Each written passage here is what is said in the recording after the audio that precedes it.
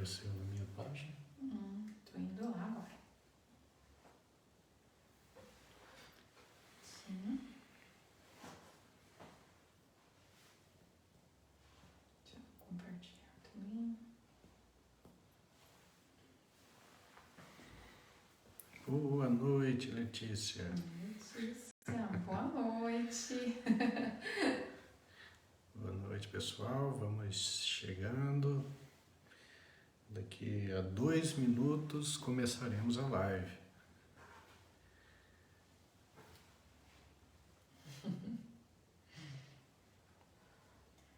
Saudades também, Letícia.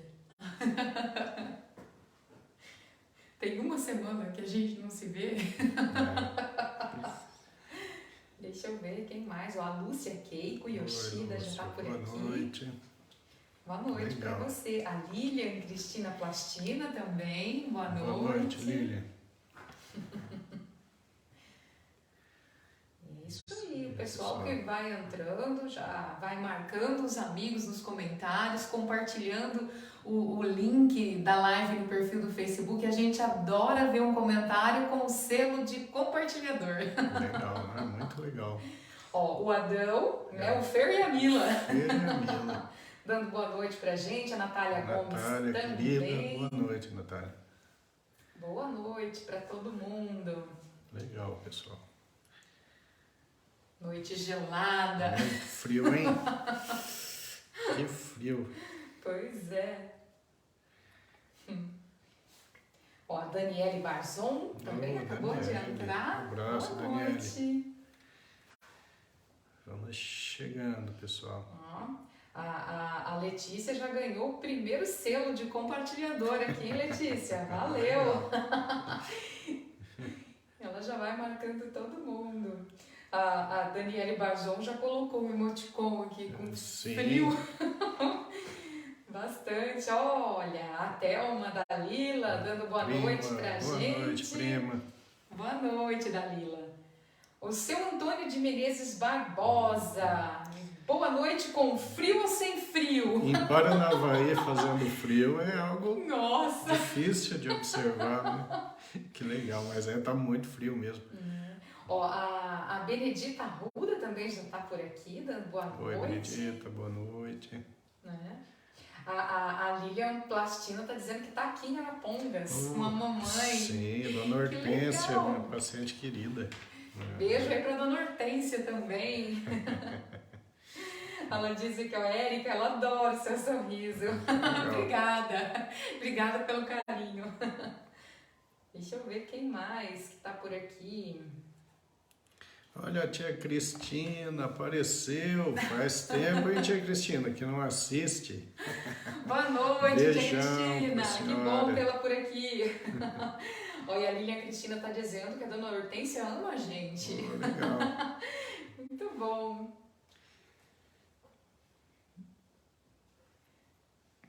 A Daniele Barzon está perguntando se é para marcar consulta para a irmã com a Andréia. Sim, é com ela mesma. É a Andréia que resolve. É ela quem manda, na verdade, né? É. A Regina Takashima, boa noite, Boa casal noite. amante da natureza. Isso aí. Parece que eu vi um boa noite do Klaus ali pra cima. Deixa eu ver. O Luiz Paulo, o Klaus, nosso amigo, Klaus. sim. Legal. Boa noite. Ó, o Gersinho, pai do melhor lateral direito do Brasil, Mateuzinho. Ai, que legal. Legal, Gersinho. Uma honra contar com você aqui também. Ele tá dando parabéns pelo passeio. Oh, legal, a gente se divertiu. Foi muito Pois bom. É. Ó, e a tia Maria Cristina, acho que ela explicou a ausência, hein, meu amor? Ela falou, agora com o celular novo, voltei. A Michele Norvila também, dando boa noite pra gente. Boa noite, Michele. Ó, o Nita, meu amigo lá do norte do país, presidente da Câmara dos Vereadores, um cara extremamente querido. Nita, meu ex-parceiro de futebol. Ele tá falando de bonito aí. Ele tá perguntando aqui, é bonito ou é feio? Bonito Ah, é lindo. É lindo, hein?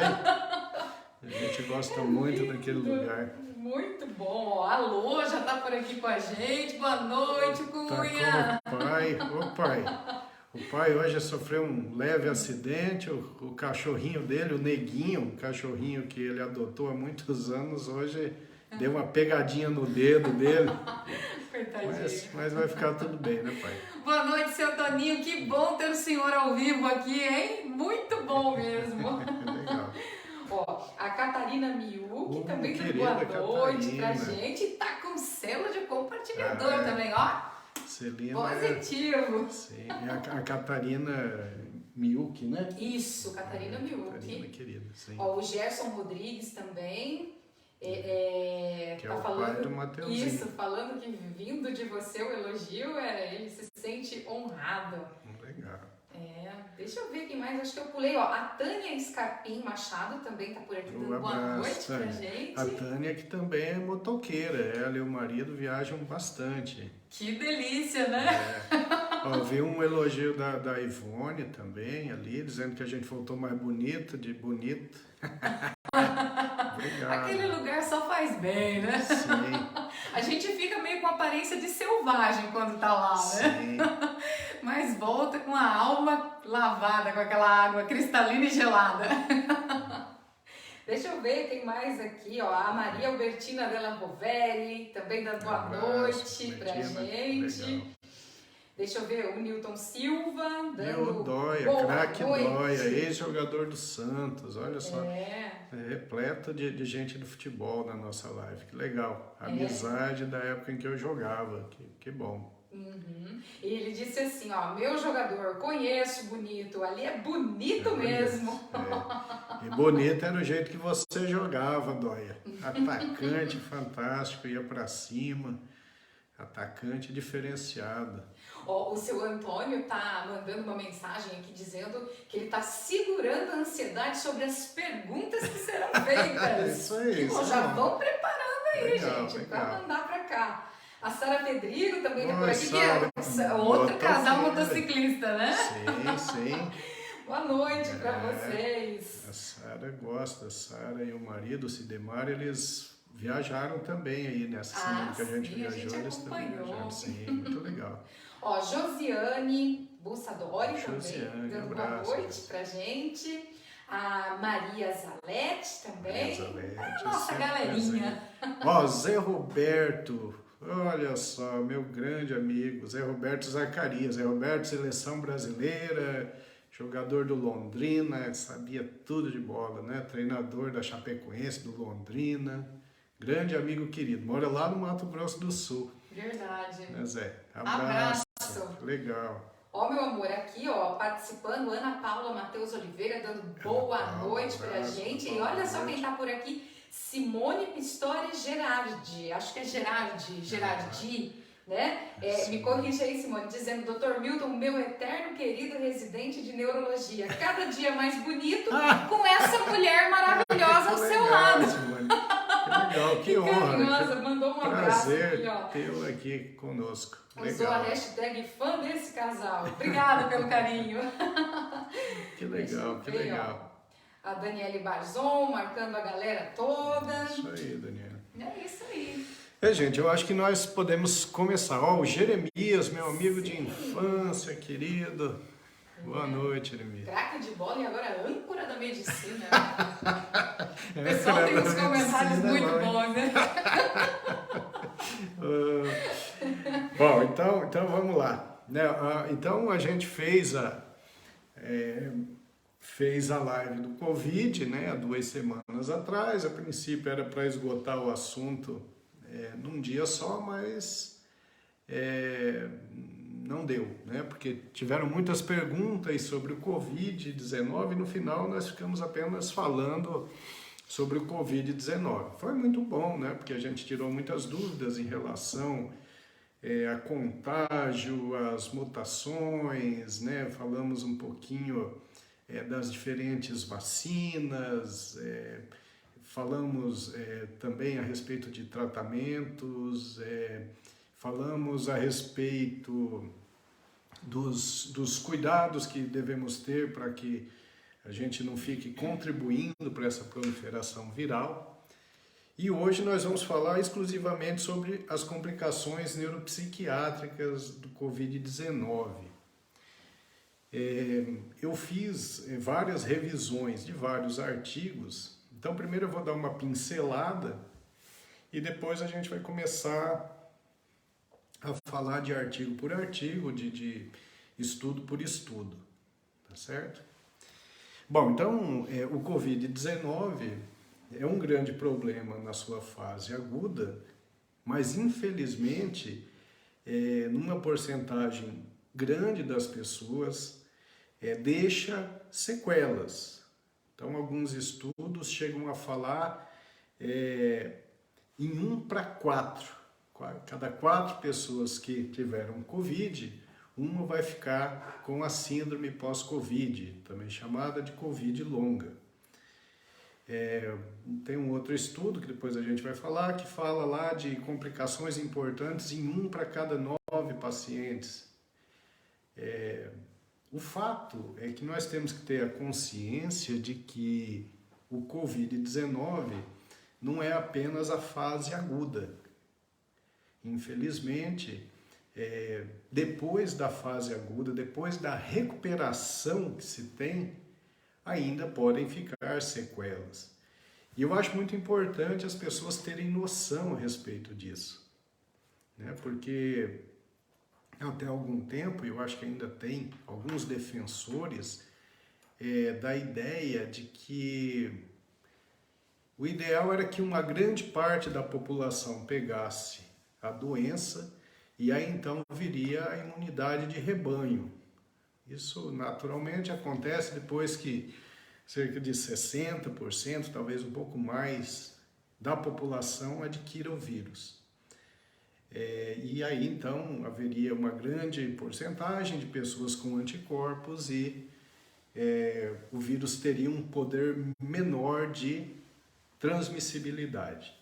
E isso é um raciocínio muito errado, por diversas razões. Mas eu posso citar uma importante hoje, que é a possibilidade da síndrome pós-Covid. A síndrome pós-Covid vai fazer com que haja uma perda significativa da qualidade de vida. A síndrome pós-Covid vai fazer com que a pessoa sofra, vai fazer com que a pessoa perca a sua capacidade laboral. Então, isso significa que a síndrome pós-Covid, ela é caracterizada por um impacto pessoal, mas também por um impacto econômico, porque as pessoas com síndrome pós-Covid vão ter dificuldade de se reintegrar às suas atividades profissionais. Então, quando a gente fala que todo mundo vai ter, é melhor a gente pegar logo, isso é um raciocínio errado, porque a gente não pode pensar só nos 85% que vão ter uma evolução boa. Não é verdade? Porque naturalmente é mais ou menos assim, 85% das pessoas que pegam agudamente, elas são assintomáticas ou têm um quadro muito leve. 15% vai ter algum sintoma, 5% vai ter sintomas graves, ali 2,5% pode evoluir para óbito. O problema é que desses 85 que pegam a doença e não têm sintomas, ou têm sintomas leves, 1 em cada 4 desses 85% vão ter a síndrome pós-Covid e vão ter um sofrimento enorme. Então, a síndrome pós-Covid, ou também chamada de Covid longa, ela não vai acontecer só nas pessoas que tiveram um quadro grave, nas pessoas que precisaram de UTI. A síndrome pós-Covid, ela acontece com muita frequência em pessoas que tiveram sintomas muito leves. No meu dia a dia, na clínica, eu tenho visto isso com uma frequência elevadíssima, né? E então eu acho importante estar falando isso para vocês, justamente porque é importante a gente continuar exigindo a vacinação, né, em ritmo mais acelerado, continuar utilizando a máscara, continuar respeitando o distanciamento social, continuar utilizando o álcool gel o tempo todo, evitar as aglomerações. Então, isso continua sendo extremamente importante, porque se a gente pensar que 1 em cada 4 pessoas que adquiriram um vírus vai ter síndrome pós-Covid, então fica simples a gente imaginar que como o número de infectados é muito grande, que é o que está acontecendo, a gente vai ter um número muito grande de pessoas com síndrome pós-Covid, certo? Então, continuar tomando os cuidados é fundamental, tá? Meu amor, uns boas noites aí. Tem sim, meu amor. Ó, a Branca Martins também Oi, Branca, tá por aqui querida. com a gente. Abraço. A Helena Grísio, lá de Najá. Boa noite para todo Oi, o pessoal Helena, de Najá que assiste, né? Sim, as legal. lives, está sempre com a gente aqui. A mãe também tá por aqui. Boa noite, mãe. Oi, dona Dica, beijão. Ó, a Margarete Valério também tá dando boa noite, tá dizendo: sou a Margarete Valério, irmã do Maurílio. Oh, que legal. Abraço. A Isa, Isa, lá de Curitiba, Isa, dando boa querida. noite. Abraço, Isa. Falando boa noite fria a todos. Imagina Imagina em Curitiba, né? Deve estar muito frio. Deixa eu ver, ó, a Viviane, minha irmã Oi, querida, filha, também beijão. tá por aqui. Obrigada pelo presente, irmã. Adorei. Aliás, adoramos, né? A Graziela Costa também Oi, tá dando boa noite pra abraço. gente. A Ana Cristina Darcy. Opa, é a Cristina aqui, meu querida. Isso, Nossa também tá por amiga aqui. querida. Sim, Boa noite. Legal, que honra.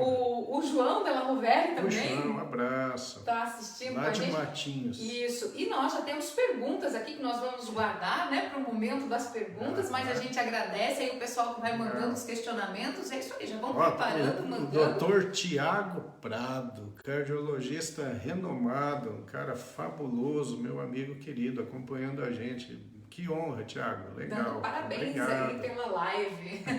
Boa Legal. noite, seja bem-vindo, viu, doutor Tiago? Deixa eu ver, a Lucimara Amazaro Cádiz também dando boa noite pra gente. Legal. E aí, ó, já tem as perguntinhas que estarão guardadas aqui pro momento. Isso, depois mas o nós pessoal já vamos- pode continuar mandando. Isso aí. Bom, então, como antes de falar dos estudos, a gente pode imaginar, puxa vida, então eu pego um vírus, desenvolvo uma doença aguda, acaba essa fase aguda, que é aquela da tosse, da dor de garganta, da anosmia, da dificuldade de sentir gosto, da febre, da insuficiência, da deficiência, da dificuldade para respirar, enfim, aquele quadro, dor no corpo, fraqueza, passou aquilo, aí o indivíduo, né, vai com uma plaquinha lá, eu venci o Covid. Parece realmente que venceu, né? Mas uma boa parte dessas pessoas acabam, sim, desenvolvendo a síndrome pós-Covid. E por quê? E aí começam os estudiosos a observar isso, né? Primeiro que, sempre que a gente tem uma epidemia ou uma pandemia de origem viral, existe a chamada cauda longa.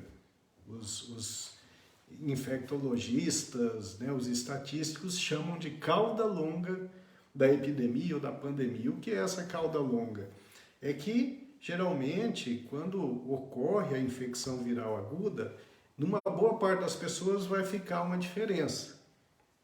Então, por exemplo, em 2003 a gente teve uma epidemia de síndrome de angústia respiratória severa, né, viral. E posteriormente sobraram muitas queixas daqueles pacientes. Se estuda muito também o ebola. O ebola, que é um vírus mais ali do norte da África, ele tem um índice de mortalidade alta, e os que sobrevivem, uma grande parte tem complicações posteriores, né? Então, e se a gente for ver historicamente, as epidemias virais, elas deixam um rastro, uma cauda longa, e essa cauda longa é justamente os sintomas e sinais. E por que que isso aconteceria? Então, existem algumas teorias. A gente tem uma estudiosa muito interessante, Eu anoto tanta coisa aqui que depois é difícil achar. Mas tem uma estudiosa da escola, da Universidade de Medicina de Yale, nos Estados Unidos, que é a doutora Iwasaki. É Akiko Iwasaki o nome dela. E ela vem estudando muito sobre síndrome pós-Covid. E ela tem algumas teorias. Essas teorias também são colocadas por pesquisadores britânicos. Tá? Então, por que eu tenho a infecção aguda e depois ainda me sobra um problema grande? Então, tem 3 teorias básicas. A primeira seria do reservatório de vírus.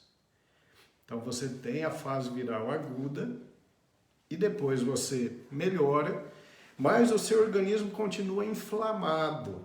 Por quê? Porque restaram vírus em reservatórios orgânicos onde os anticorpos não conseguem agir de forma a eliminar completamente. Esses vírus eles ficam meio que escondidos e também não é possível pelos exames habituais conseguir chegar até esses vírus. Então o indivíduo faz os exames, está tudo já ok, mas ele continua tendo uma inflamação orgânica significativa. E isso faz com que haja uma persistência de alguns sintomas que nós vamos falar aqui. Tá? Inclusive, esse seria o grande motivo pelo qual, vejam bem, aproximadamente 57% das pessoas com síndrome pós-Covid melhoram quando tomam a vacina. Vejam só, 57%. Isso é algo muito significativo. Então o indivíduo vem lá com a sua síndrome pós-Covid, com a sua fraqueza, sua dor de cabeça, sua dificuldade de concentração, sua névoa cerebral, suas dores musculares, ele toma vacina e melhora. Isso acontece em 57%. Isso é um detalhe muito importante, né? Ou seja, a vacina já seria talvez o tratamento mais eficaz para a síndrome pós-Covid. A outra forma seria o que a doutora Iwasaki chama de fantasmas virais. Seriam fragmentos do vírus que sobram depois da infecção e esses fragmentos eles continuam ativando o sistema imunológico, o sistema de defesa. Então a gente mantém um estado de inflamação permanente que traz todos os sintomas. E a outra teoria seria a parte da autoimunidade.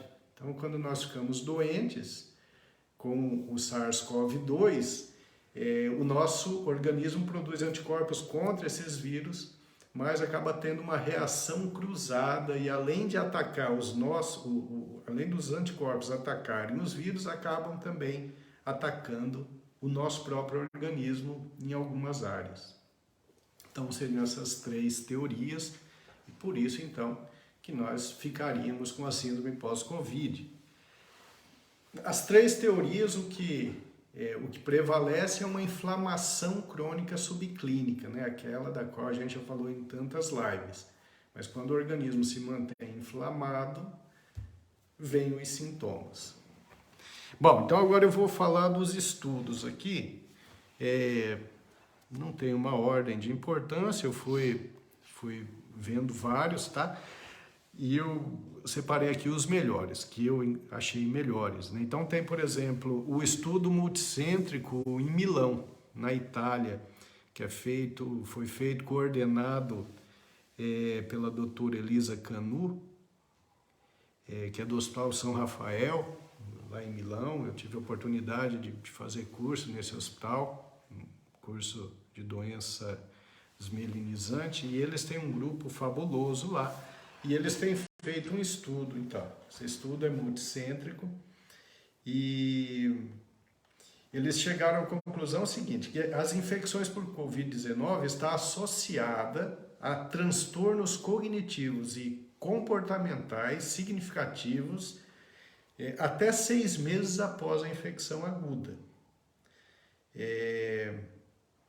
em pelo menos alguns pacientes, essas alterações estão persistindo por 10 meses ou mais. E quais são essas alterações? Então, o indivíduo teve Covid, sarou, teoricamente, não tem mais a infecção aguda. 53% dos pacientes, o número total aqui da porcentagem que eu vou falar vai dar mais que 100%, porque, obviamente, os pacientes não têm só um sintoma, né? Eles podem ter mais que um, mais que dois, enfim. Mas 53% dos pacientes ficaram com distúrbios cognitivos. O indivíduo teve o Covid-19 e depois ele ficou com a memória ruim, a capacidade de concentração comprometida, não conseguia mais prestar atenção nas coisas, ele perde a produtividade. Inclusive eu contei para vocês na live anterior que uma das coisas que mais me motivaram a fazer a live foi um paciente meu que perdeu o emprego porque ele não conseguia mais render. Ele não conseguia mais fazer algo que ele havia feito por muitos anos. E ele foi dispensado como se estivesse fingindo ou, enfim, não quisesse mais trabalhar, né? Porque como a síndrome pós-Covid é algo novo, as pessoas, o empregador, ele pode interpretar de outra forma, principalmente porque esse paciente pode ir a um médico que não conhece a síndrome pós-Covid. E ele então vai atribuir aquilo a um problema psicológico, quando na verdade é um resquício da doença, e um resquício poderoso da doença. Então, nesse trabalho de Milão, 53% dos pacientes ficaram com distúrbio cognitivo depois da Covid. 16% ficaram com distúrbios de função executiva. Então, talvez você já tenha ouvido falar de alguma pessoa que teve Covid e que depois não conseguia fazer aquelas coisas que elas faziam rotineiramente, né? Aquelas coisas em sequência. Ela tinha sequência para fazer algo que para ela já era simples. De repente, ela não consegue mais. Ela não consegue mais manter aquela sequência para terminar a atividade. Tá? Então, 16% dos pacientes ficaram com esse distúrbio de função executiva. 6% disfunção visoespacial, que é a sensação de ficar perdido às vezes. A pessoa está num lugar que ela conhece e tal, mas de repente ela olha e aquilo tudo parece estranho, ela fica desorientada. Então é algo assim assustador. Né? Eu tenho uma paciente que descreveu assim para mim: doutor, é assustador. De repente eu não estou mais conseguindo reconhecer o meu caminho para o trabalho. Então é a disfunção visoespacial. 16% dos pacientes nesse estudo ficaram com transtornos depressivos importantes, né? Depressão maior. O paciente teve o Covid, sarou do Covid, mas aí vem uma tristeza, um desânimo, né? Geralmente a fadiga chega junto, o indivíduo não tem, ele acorda de manhã, ele não tem força para levantar, ele não consegue trabalhar. Ele está deprimido e ele está com fadiga. Bom, aí tem aquelas complicações que são menos comuns, mas que eu tive a oportunidade de ver alguns, como por exemplo, pacientes com Guillain-Barré. O indivíduo teve o Covid-19, ele fica bem, tempos depois ele começa a ter uma fraqueza nas pernas, com formigamento que vai ascendendo, e às vezes pode pegar até musculatura respiratória e fazer insuficiência respiratória. Pacientes com polineuropatia periférica, eu vi bastante também, então fica com formigamentos em extremidades de mãos e de pés, como consequência da Covid-19. Tem um quadro chamado de Miller-Fisher, esse eu pessoalmente não vi, mas é caracterizado por ataxia, reflexia, oftalmoplegia. O que é isso? Uma dificuldade de manter o equilíbrio, perde os reflexos e os olhos não se movimentam mais direito. Então vocês vejam que são complicações graves, complicações importantíssimas, né? Felizmente, essas últimas que eu citei, elas são menos frequentes, né? Eu tenho um caso muito interessante agora, né, a gente lá em Bonito, e eu acabei recebendo um resultado de exame, né, meu amor? É um paciente que teve Covid-19, foi há cerca de 3 meses, foi um quadro relativamente leve, e agora ele me procurou porque ele tinha uma sensação de pressão na cabeça. E eu pedi os exames e fiquei assustado com o resultado. O paciente está com uma trombose venosa cerebral. Fez uma trombose numa veia no meio do cérebro. Então vocês vejam que coisa, né? Esse paciente está em investigação, mas eu não achei nenhum motivo de alterações prévias à Covid-19 que justificassem uma trombose venosa cerebral. É um caso, inclusive, que eu vou publicar. Então vocês vejam como é complicado a síndrome pós-Covid, né? Bom, e uma coisa que a doutora Elisa Canu, né, que coordena esse estudo do Hospital São Rafael lá de Milão, ela disse o seguinte, ela disse que não se sabe se as alterações são reversíveis ou parte de um processo neurodegenerativo. Isso é assustador, vindo de uma pesquisadora com essa dimensão toda, dizendo, olha, é o seguinte, a síndrome pós-Covid está aí, a gente tem Covid aí há 1 ano e meio, tem pacientes que tiveram um problema lá no início, se recuperaram da Covid, ficaram com a síndrome pós-Covid e até agora não melhoraram. Então eu não sei se isso é algo temporário ou permanente. Isso é assustador, né? Felizmente, no dia a dia, na prática, a gente tem visto que as pessoas tendem a ir melhorando, né? E os estudos na busca por uma terapêutica adequada também têm avançado bastante, tá? Então vocês vejam que não é só pegar o Covid e aí, não, eu venci o Covid, tudo bem, não é assim, né? Todo mundo tem que pegar, porque aí vai ter imunidade de rebanho. Não é assim, gente. Não é assim. Depois que uma parte da população tiver vacinada, vamos tirar as máscaras. Não, não pode. A máscara, ela continua sendo importante, os cuidados gerais continuam sendo importantes, para que a gente pare de ficar fazendo esse vírus ser transmitido de uma pessoa para outra o tempo todo, né? Porque além do risco de uma variante que pode ter o escape imunológico e não responder mais às vacinas que nós temos aí no mercado, ainda tem o risco das pessoas pegarem, passarem bem pelo Covid, mas desenvolverem a síndrome pós-Covid. Então, por isso que é fundamental a gente tentar frear esse índice de transmissão, tá? Bom, vamos ver aqui. Aí eu fui vendo outros estudos, tem um artigo muito bom na Brain Behavior and Immunity, mostrando uma alta taxa de pacientes com complicações pós-Covid. Depois de 1 mês, eles acharam uma alta taxa de pessoas com depressão, transtorno de ansiedade generalizada, insônia e transtorno obsessivo compulsivo.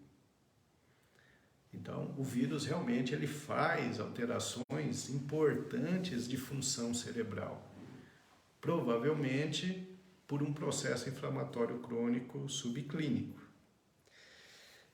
Também havia altas taxas de cefaleia, dor nas costas, fadiga muscular e perturbação nos sentidos, visão, paladar, olfato e audição. Eu tenho um paciente que ficou com um zumbido residual pós-Covid. Já deve ter mais de 1 ano. Ele foi lá dos casos iniciais, ele não melhorou ainda. Dor de cabeça é um sintoma que eu vejo quase que diariamente no consultório. Os pacientes, principalmente aqueles que já tinham uma enxaqueca, uma cefaleia tipo tensional, mas estava controlado. Aí o indivíduo tem o Covid-19 e depois a dor fica persistente e o tratamento dessa dor fica muito mais difícil, muito mais complicado, né?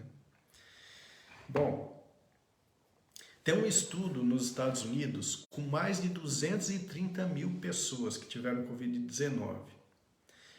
Nesse estudo grandioso, 1 em cada 3 pacientes recuperados da fase aguda apresentaram alguma sequela neurológica ou psiquiátrica. E olha, nós nem estamos falando das outras sequelas, né? Porque, por exemplo, pode ter uma live de um cardiologista, por exemplo, o Dr. Tiago, que está nos assistindo. Certamente ele viu casos em que ficou alteração cardiológica no pós-Covid. Às vezes o paciente fica com alteração de ritmo cardíaco, às vezes ele fica com alteração de musculatura cardíaca e desenvolve até insuficiência cardíaca congestiva pós-Covid.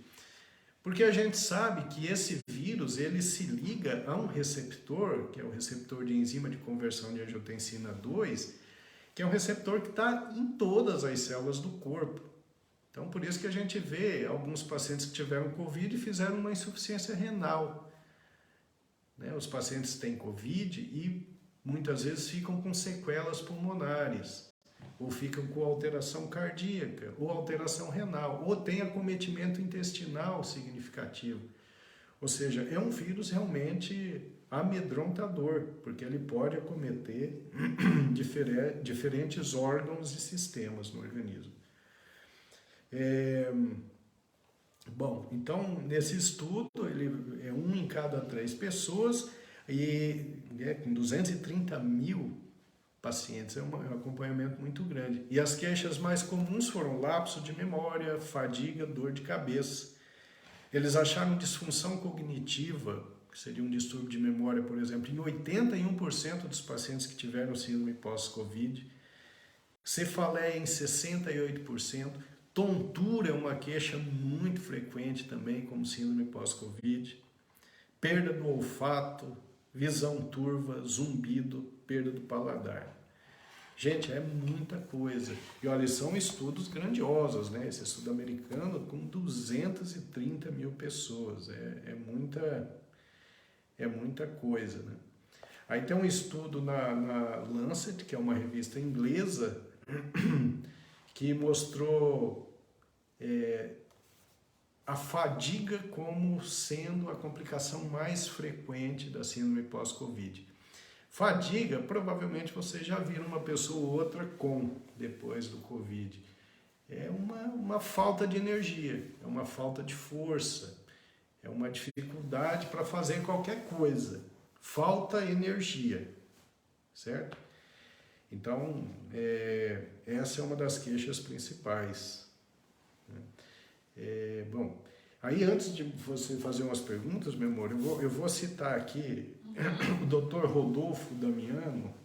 Ele é um pesquisador da USP, muito respeitado, e ele disse o seguinte, são palavras dele: milhões de brasileiros foram infectados até agora.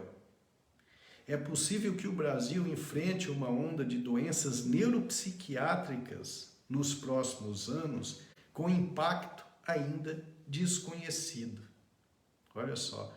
Então não é só o problema do Covid, mas o impacto que esses distúrbios neuropsiquiátricos da síndrome pós-Covid vão produzir. Vão produzir na esfera pessoal, mas também na esfera econômica, porque as pessoas vão ter uma menor capacidade de produção, né? Vejam só, é bem complicado tudo isso, né? Meu amor, pode dar uma boa noite ou fazer pergunta? Claro, a Branca até se manifestou dizendo que tem até medo, né? De tudo isso que está ouvindo. Vamos dar uma boa noite aqui, ó, para a Solange Betaza, que chegou, Oi, que está com a gente. Abraço. A Mariane Cristina Borges, que é atleta, né? Atleta, lutadora de karatê. Isso, que legal, viu? A Lucimara Caires também está por aqui. O Alberto Moreira, a Iracema Bisca também. Sim, o Alberto e a Iracema são duas pessoas queridas. A Jana Nones, que diz que chegou atrasada, mas que está participando, mandou aquela carinha cheia de coração que a gente adora ver. A Nilza Ganassim também participando. O Caio e o Miltinho também estão por aqui, só que estão assistindo em outro local. Lá em cima. O Miltinho não quer ficar aqui porque ele disse que aparece. Isso, ele não quer exatamente. Aí tá ele e o Caio lá em cima assistindo. Estão mandando corações aqui, mandando joinhas. O Medeiros Valtencir também. E com a gente, aniversariante, né? O terceiro primo querido. Isso, aniversariante Jaqueline Negrete, que também está por aqui. Fazendo aniversário hoje, Jaque. Não, hoje não, ela fez aniversário. Eu já até mandei os parabéns para você. Isso, né? A gente brinde para você, Jaque. Vem que vamos brindar, meu amor. Canequinha dos bichos. Projeto Amigos do Bicho. Legal, né? Muito legal, né? Então, aqui, vamos às perguntas. Deixa eu ver aqui, tem até mais algumas pessoas que entraram também, a Rosana Santos, a Ana Bispo também, o Roberto Kimmel também, Roberto Kimmel, meu querido amigo. Grande Roberto, é o esposo da Cristina. Roberto é um dos caras mais fantásticos que eu já conheci. A calma em pessoa, sempre tranquilo, que joia isso, né? É fantástico. O Antônio Gaio também com selo de compartilhador, dando boa noite pra gente. E a Jaqueline, obrigada, meus amores. Vamos aqui às perguntas, né? A Graciela Costa fez aquela pergunta famosa sobre a máscara. É eficaz mesmo? Graciela, é eficaz, é bastante eficaz, tá? Em termos de epidemiologia, de saúde pública, de números finais de uma epidemia ou uma pandemia, a máscara faz uma diferença significativa. Né? Claro que em condições especiais a gente precisa usar uma máscara mais efetiva. Né? Eu, por exemplo, quando entro no hospital, preciso de uma máscara que seja mais poderosa. Mas, de maneira geral, a máscara ela é uma barreira mecânica contra o vírus. Né? E não é de agora. Né? Eu já disse na outra live, quando o cirurgião vai operar alguém e ele não pode passar as bactérias ou os vírus da boca, do nariz dele para dentro da cavidade abdominal da pessoa, ele usa uma máscara. Né? Se ele não usasse a máscara, a chance de infecção seria muito grande. Se você vai num hospital onde tem pessoas com leucemia, a pessoa está usando máscara e quem vai visitar também tem que usar máscara. E são máscaras relativamente simples. É uma questão de barreira mecânica. É muito óbvio que se você tem o Covid e você está falando e você está jogando perdigotos no meio, a saliva está cheia de vírus. Então, se você está sem a máscara, isso vai se difundir no meio. Né? Se você tem a doença e espirra e está sem a máscara, você vai jogar vírus para todo lado. Se você tem a barreira mecânica, isso ajuda bastante. Tá? Não estou dizendo que seja a panaceia do fim da pandemia, não é isso. Mas a gente tem que juntar os fatores protetores. Tá? Então, a distância de 1,5 metro é importante, o uso de máscara é importante, o álcool gel é importante, lavar a mão o tempo todo é importante. E isso é tão importante que a gente viu uma redução das outras doenças infecciosas. Isso já tem alguns estudos saindo, alguns para sair, mostrando que reduziu o número de infecções por outros micro-organismos, graças a esses cuidados que uma boa parte da população tem. Infelizmente, é uma boa parte da população, né? Tem uma outra parte que não se cuida, que não usa máscara, que aglomera, né? A gente vê essas histórias dessas festas de final de semana, esse monte de jovenzinho ali junto. Puxa vida, o vírus vai transmitindo de um para o outro. Cada vez que ele passa de uma pessoa para outra, vai aumentando a chance dele sofrer mutações. Então, quanto maior o índice de transmissão, maior a chance de ter um mutante. A gente está vendo aí, né, com o avanço do número de vacinados, começa a ter uma redução do número de casos, isso é ótimo. E por que a gente fica ouvindo falar o tempo todo na variante Delta? Porque essa variante Delta, que é a indiana, ela tem um índice de transmissão muito maior e, ao que tudo indica, uma virulência maior, ou seja, ela é um pouco mais grave. E essa Delta ela está começando a se difundir. É que se ela predominar na transmissão, esses números que no momento nós estamos vendo caindo aos poucos, daqui a pouco a gente vai ver o aumento novamente. Então tem que parar com as transmissões, né? A gente tem que parar de ser um difusor do vírus. E a máscara faz parte dos mecanismos para que a gente consiga esse objetivo. Muito bem, ó, Daniele Barzon tá te dando várias palminhas. Obrigado. Uma bela resposta, viu? Obrigado. Um excelente exemplo. O senhor Antônio de Menezes, ele tem uma pergunta até um pouco filosófica aqui, viu, meu amor? Ó, devido a essa doença, vai haver um despertar maior das pessoas em cuidar um pouco mais da saúde? Seu Antônio, eu gostaria de acreditar nisso, porque realmente, não é? É uma questão mais de higiene. É lógico que lavar as mãos com mais frequência, usar a máscara, evitar aglomeração, tudo isso poderia realmente ser como que eu posso dizer? Uma orientação geral, né? Talvez uma sensação de que dessa forma a gente fica menos doente, a gente se cuida mais e passa a compartilhar menos vírus e bactérias. Então, eu gostaria de acreditar nisso, mas infelizmente a gente vê que mesmo durante a pandemia, mesmo tantas pessoas morrendo, existem muitas e muitas pessoas que continuam errando nas condutas de prevenção, né? Mas eu gostaria de acreditar nessa situação, porque se as pessoas continuassem se cuidando como elas se cuidam agora, mesmo depois da pandemia, é claro que iria ter uma redução de transmissão de qualquer tipo de doença infecciosa, né? Mais perguntas aqui, ó. A Jaqueline, ela tá dizendo até que a máscara protege muito, ela não pega gripe há 2 anos. Sim, tá aí, é isso aí. E ela faz uma pergunta também aqui, ó, bem interessante. Doutor, ouvimos casos de pessoas que tomaram as 2 doses de vacina,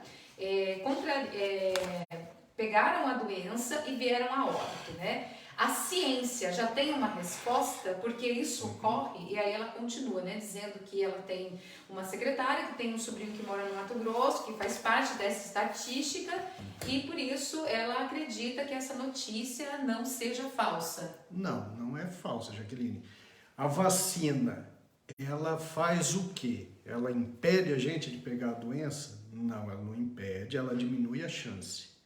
A vacina impede a gente de ter um quadro grave? Não, ela não impede, ela diminui a chance. A vacina impede a gente de ir a óbito pelo Covid? Não impede, mas diminui muito a chance. Tá? Então, é bem possível que quem tome 2 doses da vacina possam ter a doença grave e possa até ir a óbito, sim. Mas isso é extremamente raro. Isso é raro. Quando a gente fala de saúde geral, então, por exemplo, tem um estudo na Indonésia feito lá com 128 mil profissionais da saúde. É muita gente, né? A eficácia da Coronavac, que é a menos eficiente que a gente tem no mercado, a eficácia da Coronavac para reduzir a mortalidade nesses profissionais de saúde foi de 98%. Bom, 2% mesmo tomando a vacina morreram, mas 98% não morreram. Então reduziu em 98% a mortalidade, né? Ali no nosso estudo aqui na cidade brasileira, que agora aqui vai ser difícil eu achar, mas é lá de Serrana, né? Serrana fez a vacinação com a Coronavac. 95% da população adulta foi vacinada. Em 2 meses, o número de óbitos caiu em 95%. Isso quer dizer que ninguém morreu mesmo vacinado? Não, pode ter morrido sim. Mas olha só, reduziu a mortalidade em 95%. Tá? O número de hospitalizações caiu em 86%. O número de casos sintomáticos caiu em 80%. Então esse é o estudo aqui de Serrana. Né? Eu tenho outros estudos aqui também, do Chile, alguns estudos do Uruguai. Né? Tem um estudo do Ministério da Saúde chileno. 10 milhões de vacinados com a Coronavac. Redução das mortes. Reduziu em 80% a mortalidade. Entende o que eu quero dizer? Não quer dizer, eu não estou dizendo que quem tomar vacina não vai ter a doença. Eu não estou dizendo que quem tomar a vacina não vai ter a doença grave. E nem posso dizer que quem tomar a vacina tem 100% de chance de não morrer de Covid-19. Tem chance sim. O que acontece é que a vacinação em massa reduz muito essa mortalidade. Reduz de forma significativa. Então, se tem a vacinação com essa redução de mortalidade e as pessoas se cuidam e param de ficar transmitindo vírus umas para as outras, puxa vida, né? Esse é o controle da pandemia. Então, para a gente ter alguma esperança de controle da pandemia, a gente precisa de 3 fatores importantes. Primeiro, vacinação em massa. Rápido, bem mais rápido do que está acontecendo, não só no Brasil, né? Em alguns países do mundo. Esse é o primeiro fator. Segundo, continuar se cuidando com as medidas preventivas. Isso tem que estar junto com a vacinação. É dessa forma que a gente vai conseguir reduzir para valer o número de casos. E terceiro, torcer para que essa vacinação não seja tão lenta a ponto de permitir o aparecimento de novas variantes. Porque essas novas variantes são assustadoras, porque elas podem ser mais agressivas, elas podem ser mais transmissíveis e, o pior, elas podem, em algum momento, se tornarem resistentes às vacinas que nós temos no momento. Tá certo? Raimundo, nós temos aqui uma pergunta da Maria Zalete que vai ao encontro aí, né, de todos esses comentários. A pessoa que tomou a vacina, mas mesmo assim foi contaminada, ela pode sofrer com a síndrome pós-Covid? Pode. A vacina por si só, ela não está relacionada à síndrome pós-Covid, tá? Mas se você for vacinado e pega o coronavírus, então mesmo que você pegue e seja assintomático, porque a vacina ela faz muito disso. O indivíduo toma a vacina e ele aí tem uma proteção legal. Ele pega o vírus, como ele tem um sistema imunológico já preparado, ele não tem sintoma, mas ele tem o vírus. Inclusive, se ele não tomar as medidas de higiene, de distanciamento, de máscara, de álcool gel, ele vai passar esse vírus para outro. Ele pode não ter sintoma, mas o outro pode ter e até morrer, né? Olha como é complicado. Então, o que acontece é que uma vez que pega o vírus, mesmo que você tenha sido vacinado, existe sim a chance de você desenvolver a síndrome pós-Covid.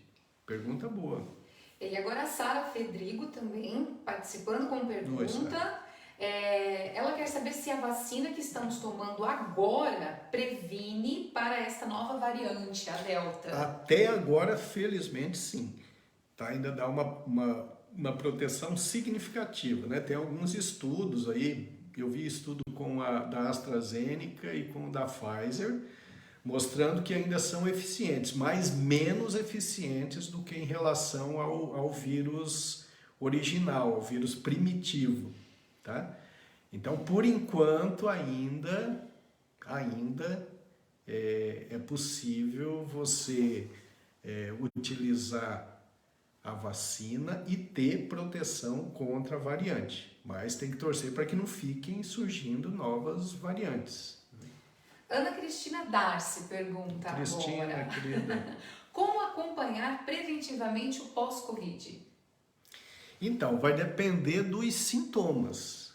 Né? Eu tenho muitos pacientes que tiveram Covid e me procuram sem estar sentindo nada, mais preocupados com a possibilidade de terem síndrome pós-Covid ou terem ficado com alguma sequela.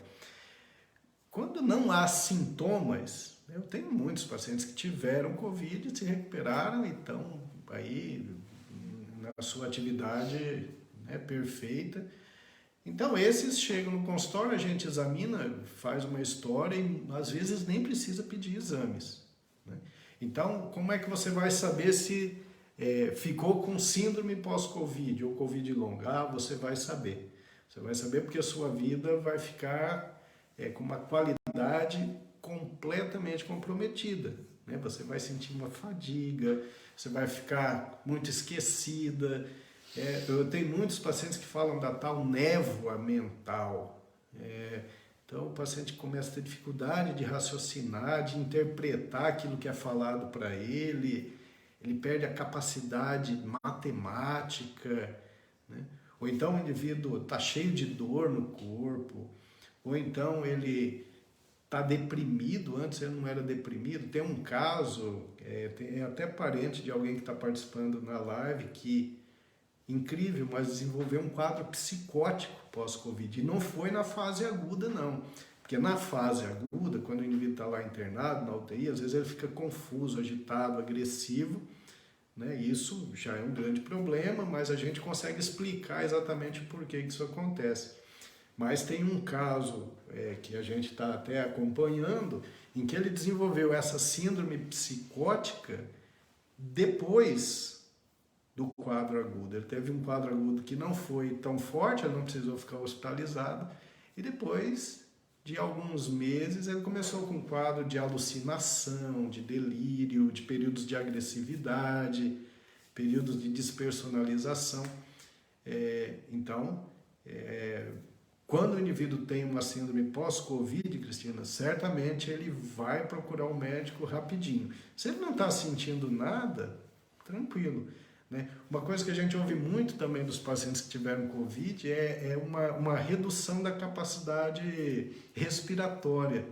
As pessoas se cansam com mais facilidade, né? E aí vale a pena passar pelo médico, investigar, né? Ver se ficou alguma cicatriz pulmonar que dificulte a respiração, mas muitas vezes não ficou nada, o pulmão está lá intacto, legal, e a pessoa tem uma falta de ar quando sobe escadas, por exemplo.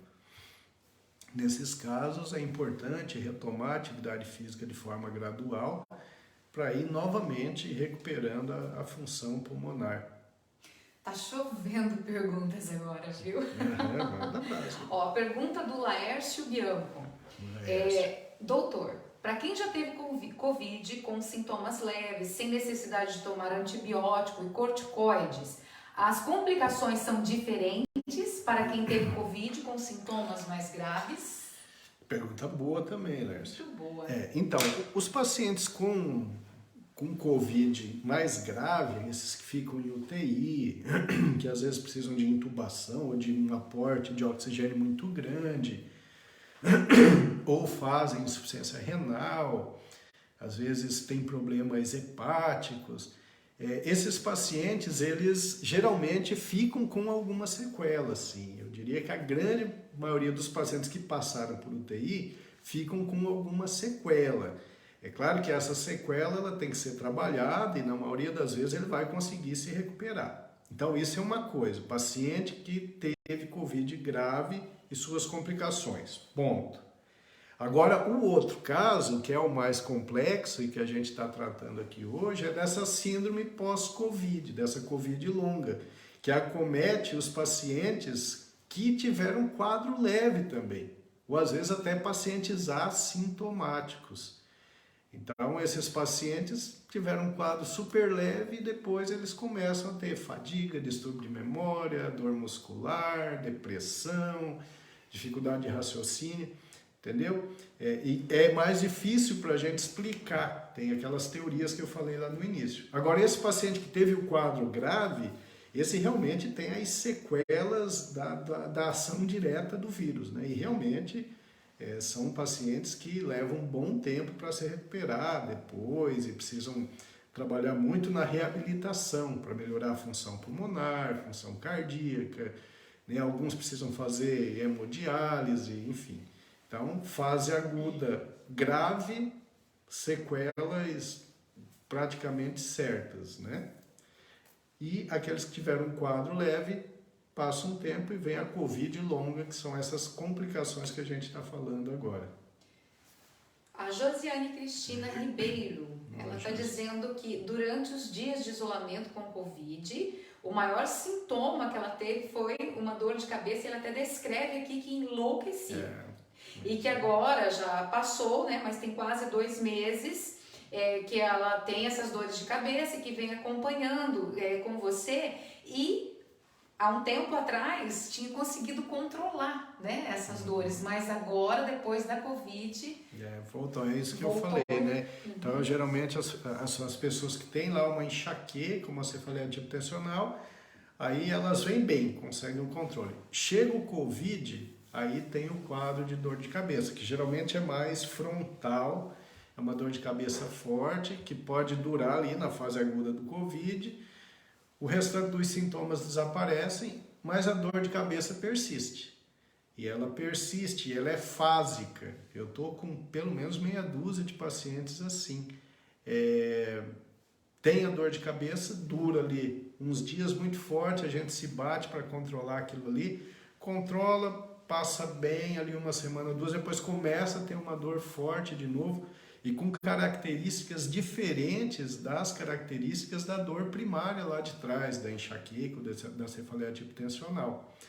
Né? Os estudos mostram que a grande maioria dos pacientes acabam tendo uma melhora dentro aí de 6 meses. Mas existem alguns que persistem com essa dor por períodos mais longos. Boa noite, doutor, é o Iracema. Meu amigo Iracema, ponta, rápido, ídolo do Novo Horizontino, né, Iracema? Jogamos junto, esse menino. Quando eu saí do time que eu jogava, ele chegou para me substituir, né, Iracema?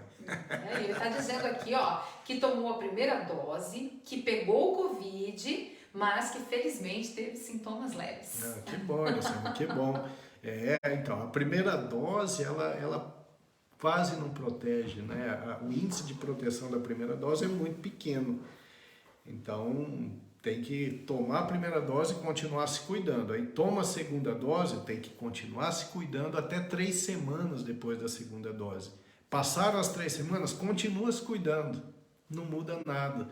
Tem que continuar usando a máscara, lavando as mãos, usando álcool gel, distanciamento de 1,5 metro, evitar as aglomerações. É por isso que nós não tivemos o nosso segundo encontro de ex-jogadores, né, Iracema? Já estava tudo marcado, tudo certinho, e aí, por causa da pandemia, tivemos que suspender. Foi verdade. Ó, a Jaqueline Gomes. Doutor, gostaria de saber sobre a fadiga muscular na síndrome pós-Covid. Tá, a fadiga, ela é muito frequente. Ela é muito frequente, é caracterizada por uma perda de força, uma perda de ânimo. O tratamento ainda é difícil, né? É um tratamento ainda discutível. Com essas teorias da síndrome pós-Covid, já começam a aparecer alguns protocolos de tratamento. E o interessante é que parece que essa fadiga ela não está relacionada a alterações nos músculos, mas sim relacionados a alterações de função cerebral. Essa síndrome, essa fadiga, ela é semelhante à síndrome da fadiga crônica, que é associada à alteração de função cerebral. Olha só que interessante, né? É uma encefalomielite, é uma alteração por inflamação crônica.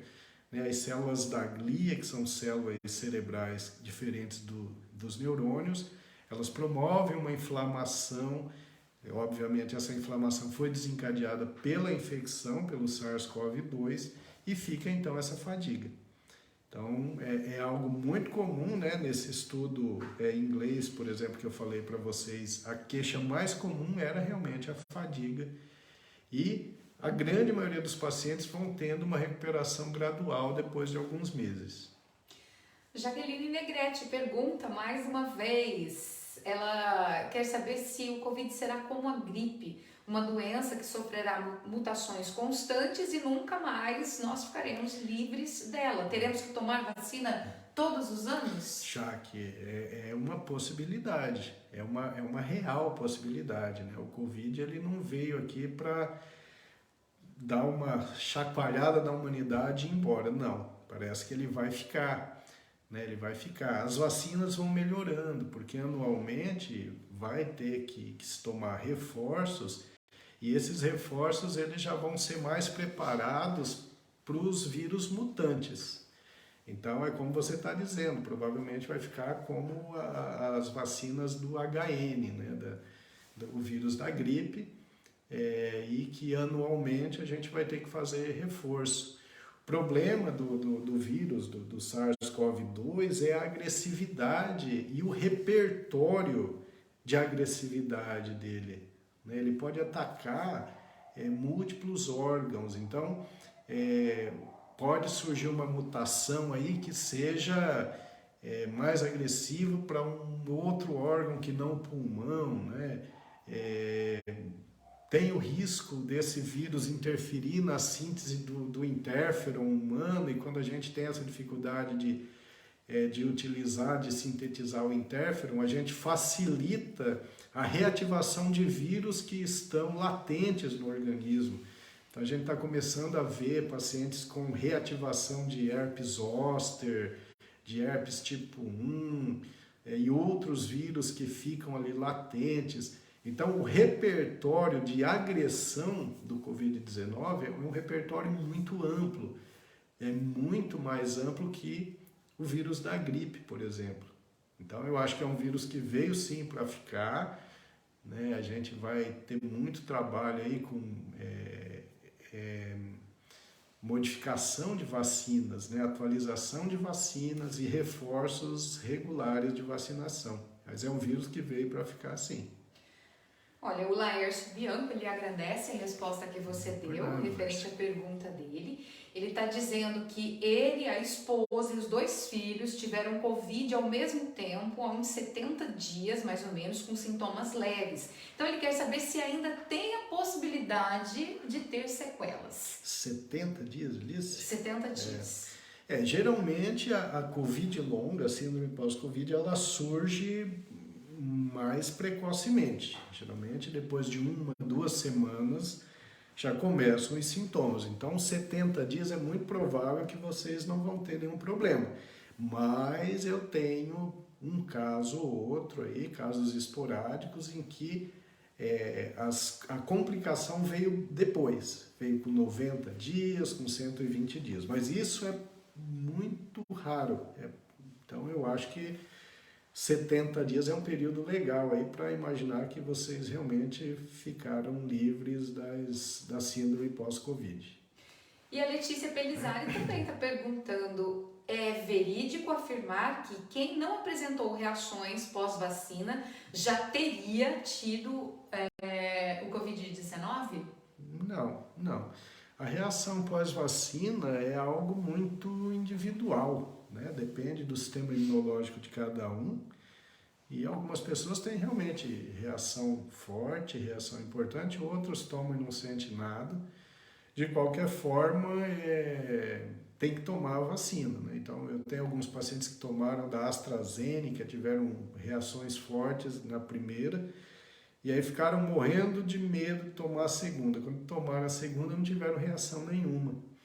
Outros tiveram muita reação na primeira e tiveram muita reação na segunda. Alguns não tiveram reação na primeira e tiveram reação na segunda. A gente não sabe.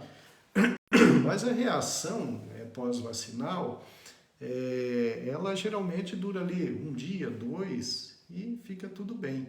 Então vale a pena sim tomar a vacina. A Isa, ela diz o seguinte: na investigação de patologias, será que teremos que fazer exames para saber se fomos contaminados? Porque existem aqueles que foram contaminados, mas foram assintomáticos. A pergunta não está certa. Não, está perfeito. Porque às vezes a gente pode imaginar lá uma síndrome pós-Covid, né? Alguém vem com fadiga no consultório, vem com distúrbio de memória e fala, não, mas eu não tive Covid. Bom, a gente vai investigar. E às vezes a gente não acha um motivo para aquilo ali, então a gente vai fazer uma sorologia. E às vezes na sorologia a gente vai encontrar anticorpos, mostrando que o indivíduo já pegou o vírus. E às vezes ele não teve sintoma, mas ficou com uma síndrome pós-Covid. Então a pergunta sua é bem pertinente, sim, Isa. Ó, o Pedro Someira, lá de Xambrê, acabou de chegar. Tá dizendo que acabou de chegar lá do plantão, né, do PA de Xambrê, que tá assistindo com os amigos. Que bom! Legal. Aliás, ele tá mandando um abraço para os amigos, né? E não assistindo com os amigos como eu li. É isso aí, meu amor. Meu amor, eu acho que é isso. Só passamos 5 minutos, 7 minutos do horário, né? Acho que a gente conseguiu tirar muitas dúvidas, né? Respondemos muitas perguntas. Ah, sim, verdade. Foi muito bom. Mandando aqui uns bilhetinhos, né? É que, bom, desde a outra vez, né, que nós participamos, as pessoas fizeram bastante perguntas, mas aí nós ficamos falando ali mais sobre vacinas, e aí agora a gente retornou com essa, né, com a parte 2 desse tema, né, que era falar sobre as complicações neurológicas pós-Covid. Muito legal. Acredito que nós tivemos muitas perguntas boas, foi bem esclarecedor, né? O Laércio, só mais uma. O exame de sorologia de anticorpos garante alguma imunidade? Deixa eu botar. Vai lá, lê aí. Aqui, ó, ele tá falando, minha nossa, que pra mim não apareceu. Mas tudo bem,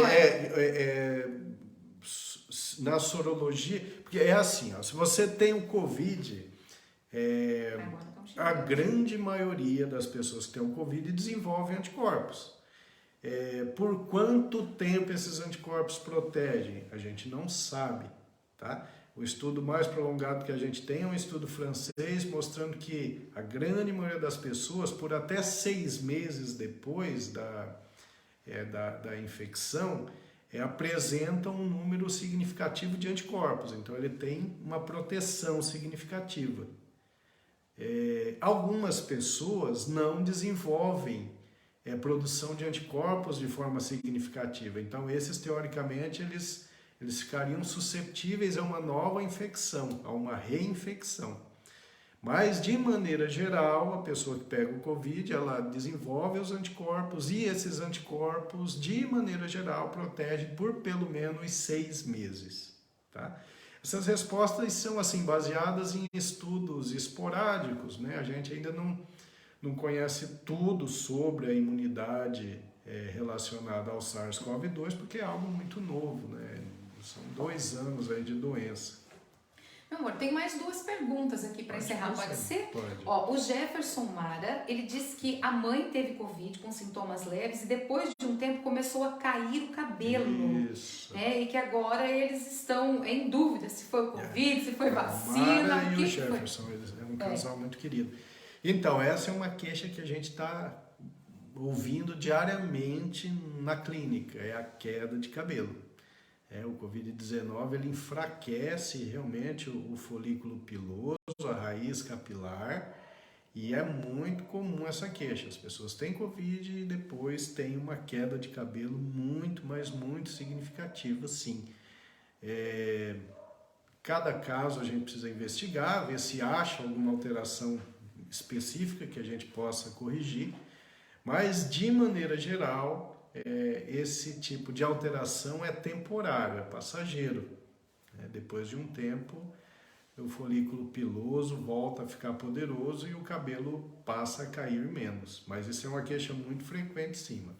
A Helena Grisio, a preta, né, lá de Najá, ela quer saber qual é o nome do exame que é necessário fazer para saber qual a porcentagem que a vacina está protegendo. Então, essa já é uma discussão que a gente teve já na outra live, né? A busca pelos anticorpos neutralizantes, muita gente fazendo aí para ver se a vacina dá proteção ou não, e é algo desnecessário, porque a vacina, ela melhora a imunidade humoral, que é essa relacionada à produção de anticorpos, que você mede, os anticorpos neutralizantes, mas também ela melhora a sua imunidade celular contra o vírus, e essa você não consegue medir através de anticorpos. Então, a própria Organização Mundial da Saúde, a Sociedade Brasileira de Infectologia, preconizam que não se faça esse tipo de exame porque não vai ajudar em nada, né? Só vai deixar as pessoas mais apreensivas.